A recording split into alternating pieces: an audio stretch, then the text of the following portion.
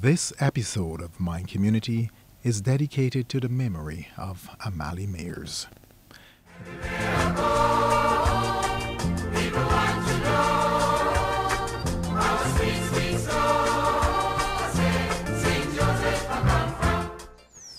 Welcome again to Mind Community. I'm Sherwood McCaskie. Thanks for joining us. It is your weekly program that continues to allow Barbadians to share aspects of the social history of their communities and so enrich the lives of all of us. If you're joining us via the World Wide Web, a warm welcome to you also.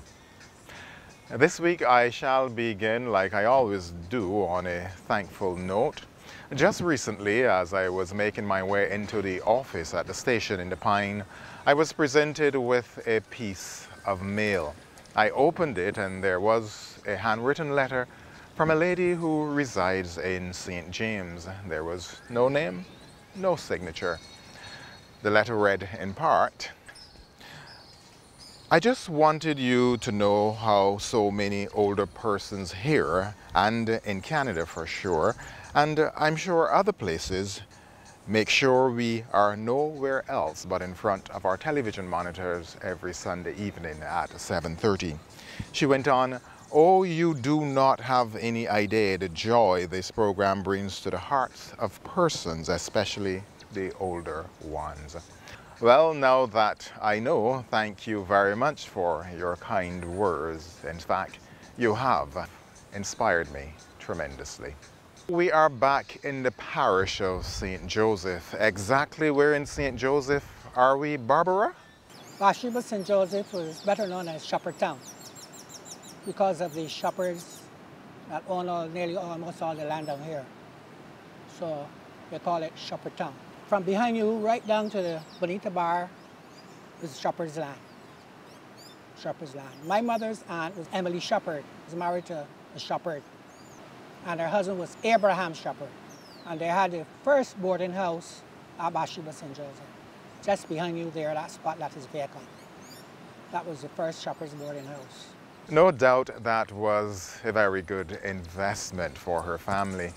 Many individuals retired here weekly in Bathsheba for relaxation with their family and friends and, of course, to recreate themselves.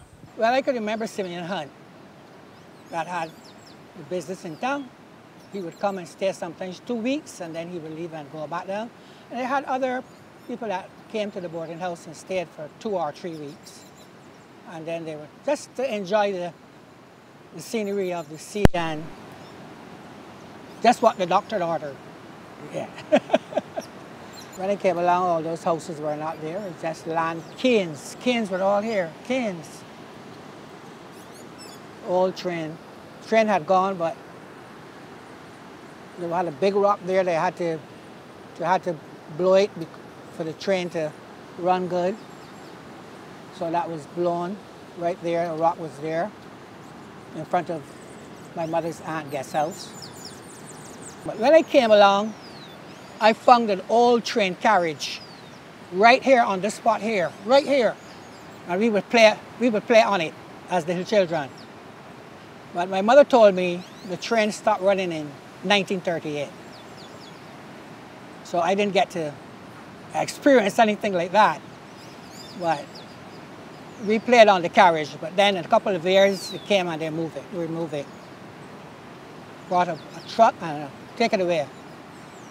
So that was the last of that.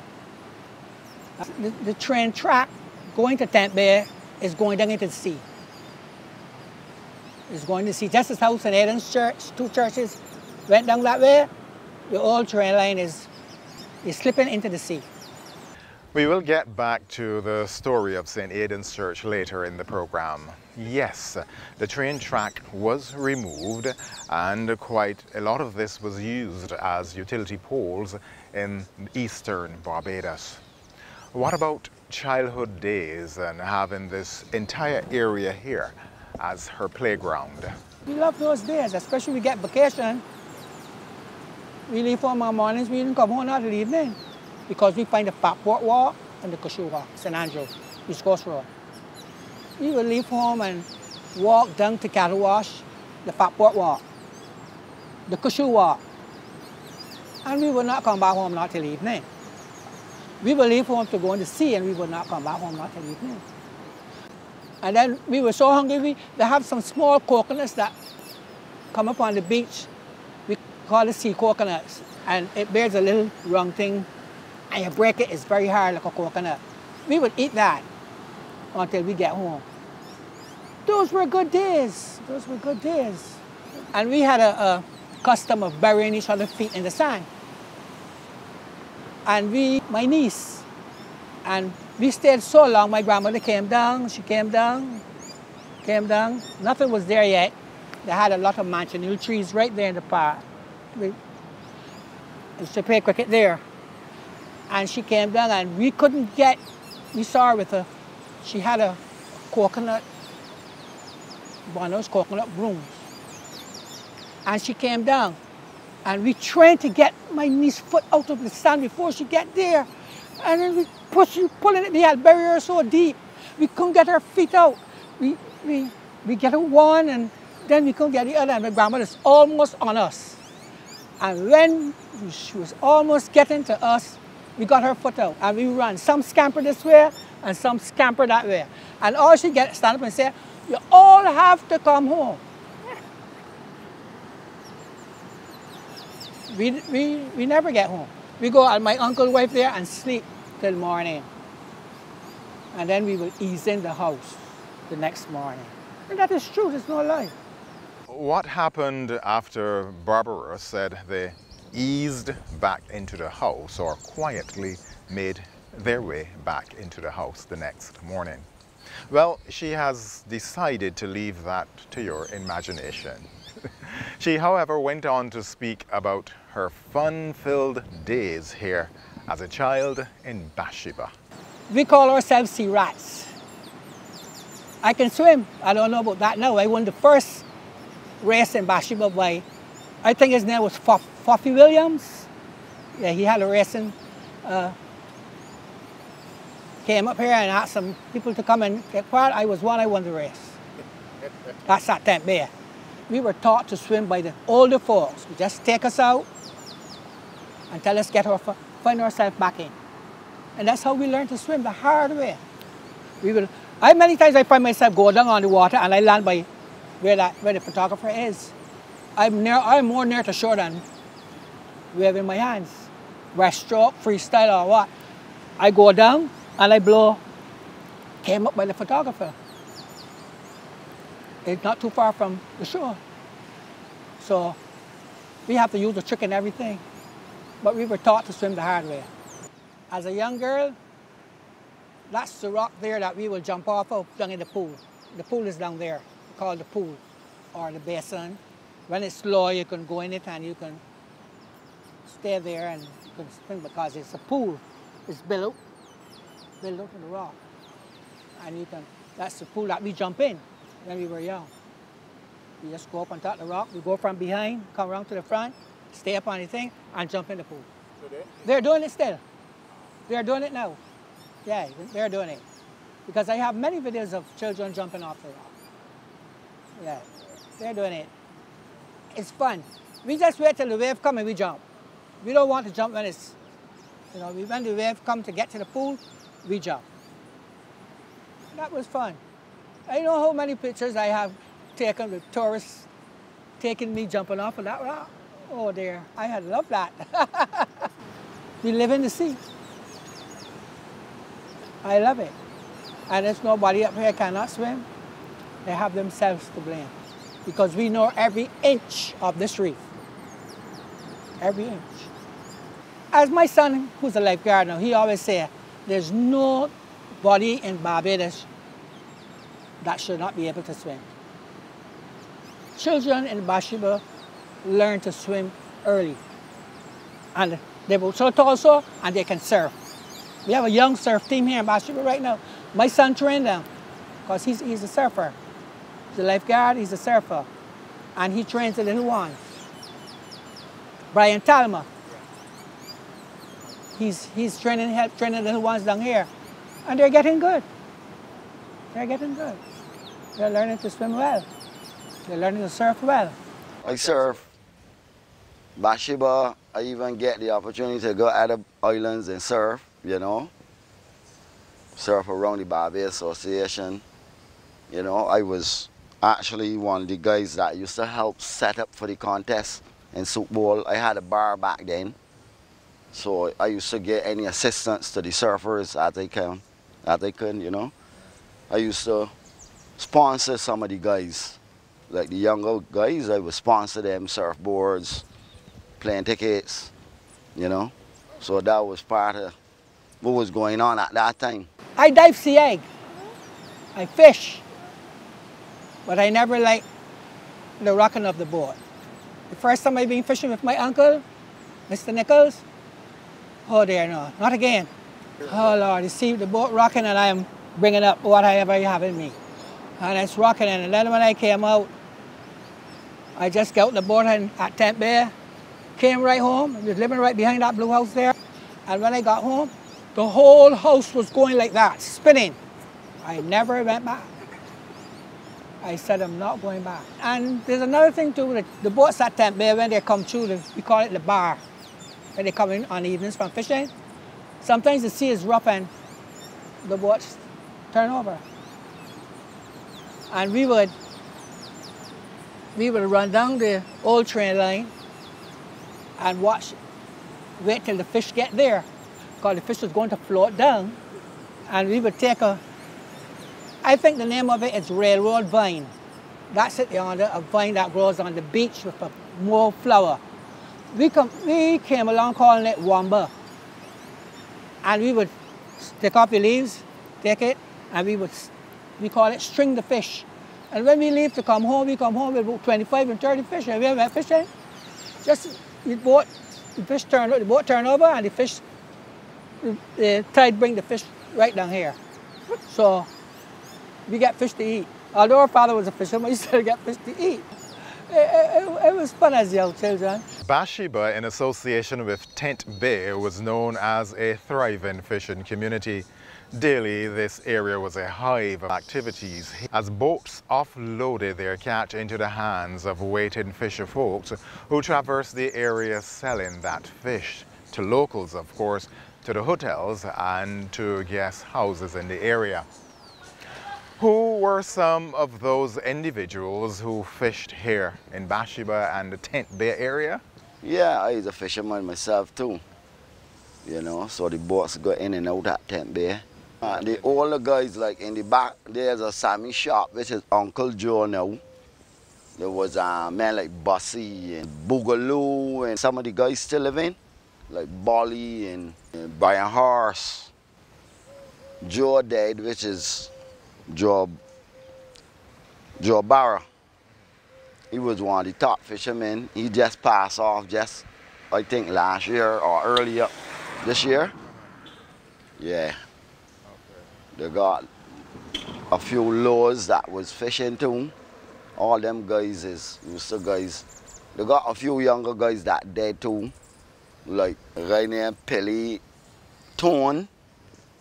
Just recently, the young upcoming diver that we had was doing pretty good. He just died off Tent Bay there, which is a guy named Mali, you know.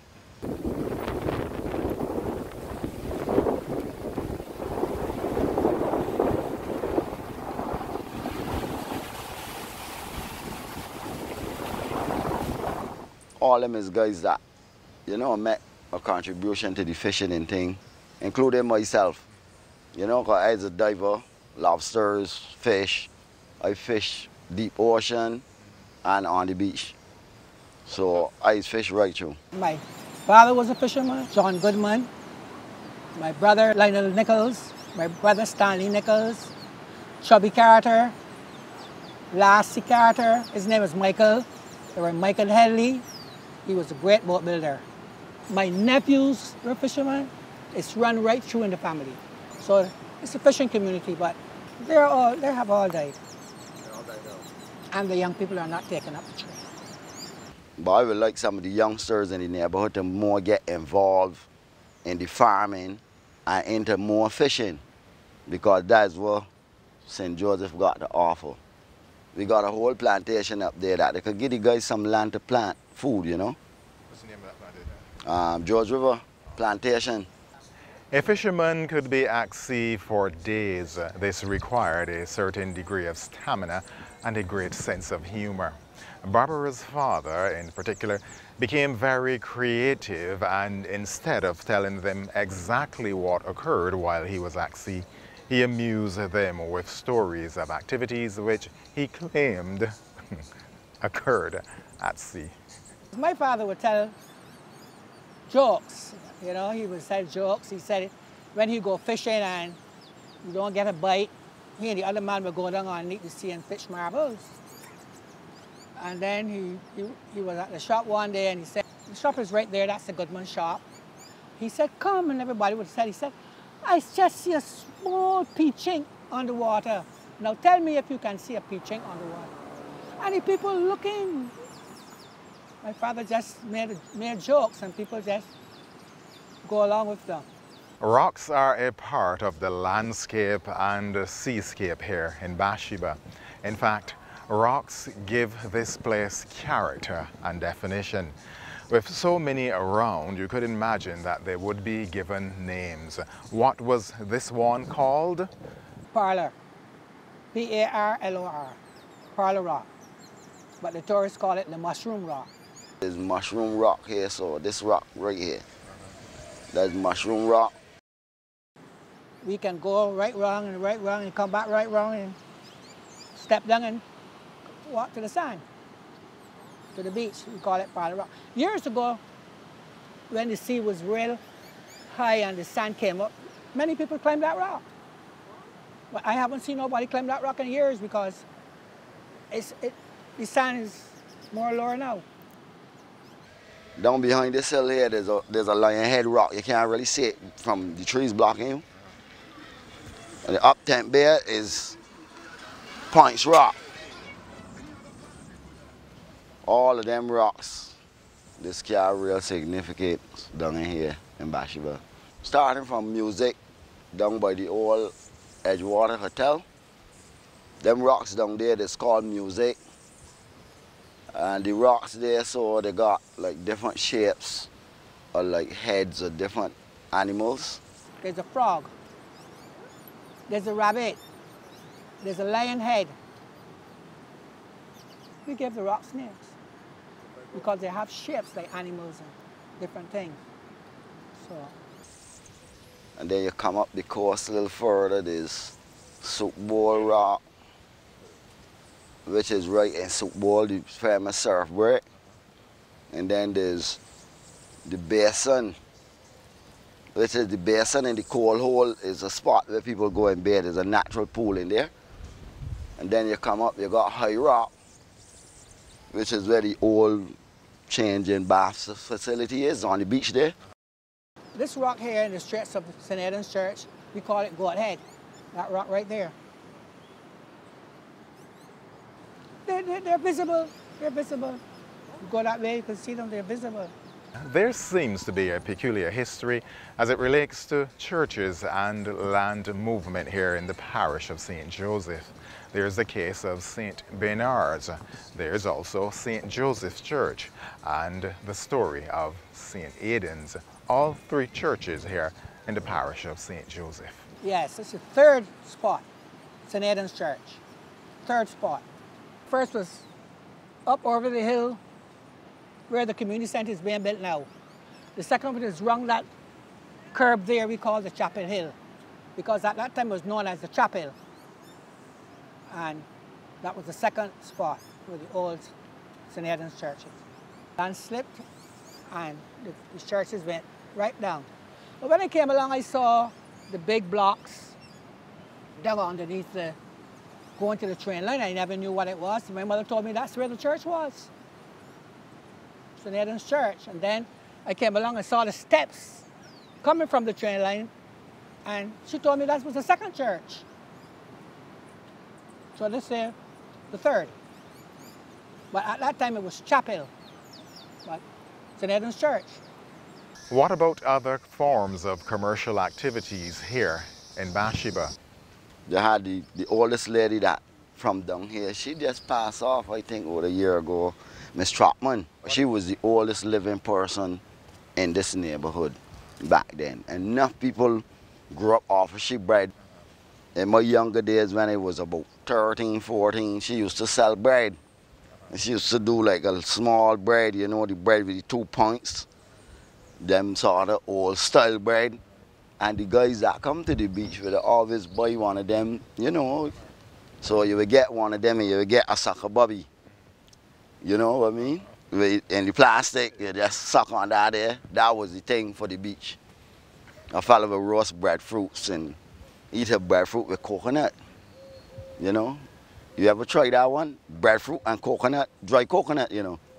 What you do sometimes, you roast the coconut, right? You don't burn it, but you roast it on the fire for a little bit and it becomes sweet.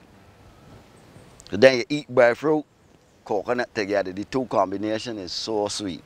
You won't believe that it would taste like that. Straight up. Yeah, that's saying that we used to do as boys upon the beach.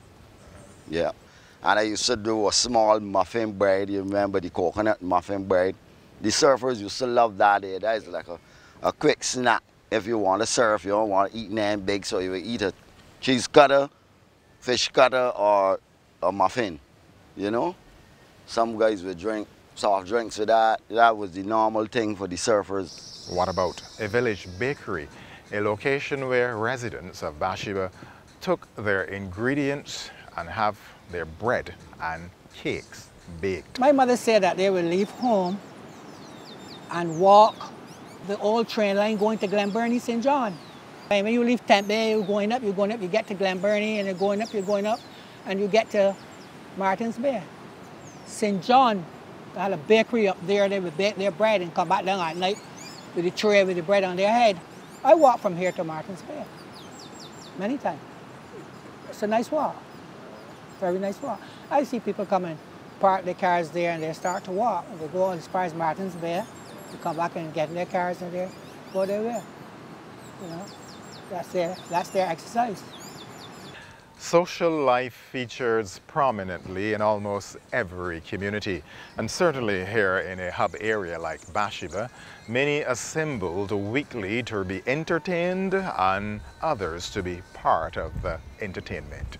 We used to dance in the same community center. That's where the dances were being held. Yeah, George River, Cleaver's Hill, Hillswick, they would come to the dances and so on at night and have a good time. I was small at that time. I'm one of a twin. I have a twin sister, Joan. Identical. And people say, you were the Nicholls twins? Or, yeah, everybody knew. So we are fraternal. She lives in the Bahamas. And we would come and when we find a space to get in, we would slip in. But we were small. And we were slipping in. People would be dancing on the floor. They had pork chops. And then they had magicians come to perform. I remember he said, somebody come up, and he told my sister, you come up. Not my twin sister, my other sister. And she went up and he just took her dress. I remember very well, I was small. He took it and he folded it like that. And he burned it. And I don't know what he said.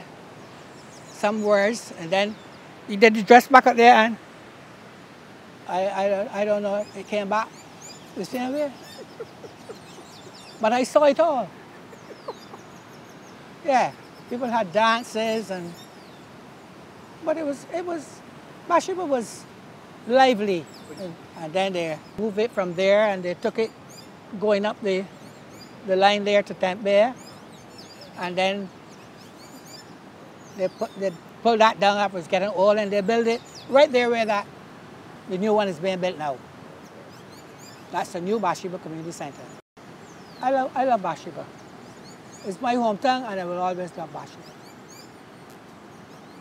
I love Bathsheba. I don't think I will live anywhere else. Just quiet. Sometimes I look out. I just live behind this house here.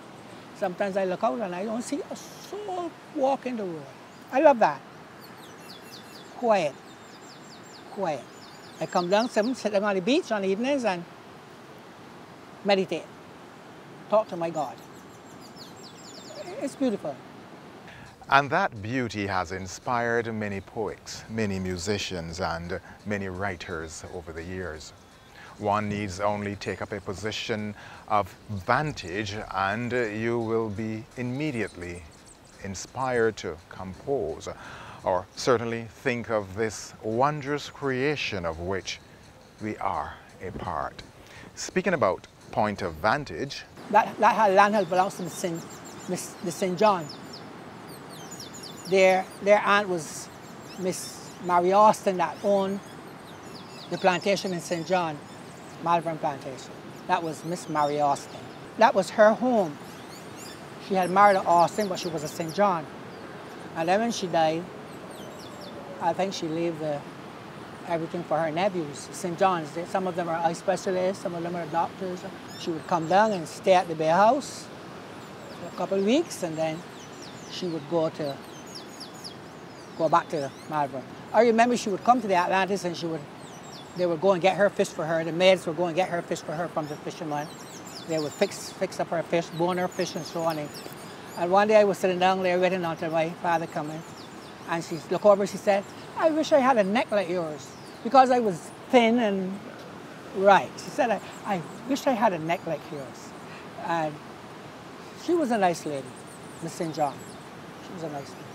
It's Austin, in fact. She was married to Austin. And then it was sold, but they have a flat cement platform that people go and sit down and look in the sea. Yeah, that was there for years. on the other side, that is the eastern side, there is another point of vantage which is now undergoing its latest incarnation, so to speak, being converted into a community center and a recreational area. And before that, there was Beach Monk Hotel.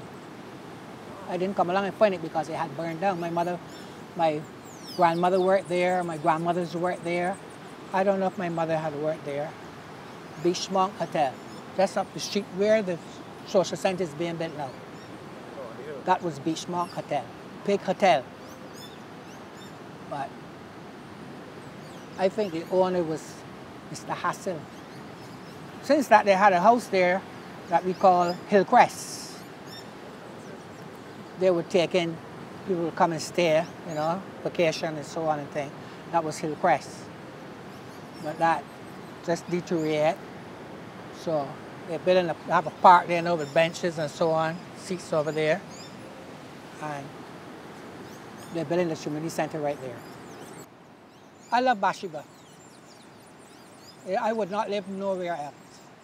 I love Bathsheba. This is my home.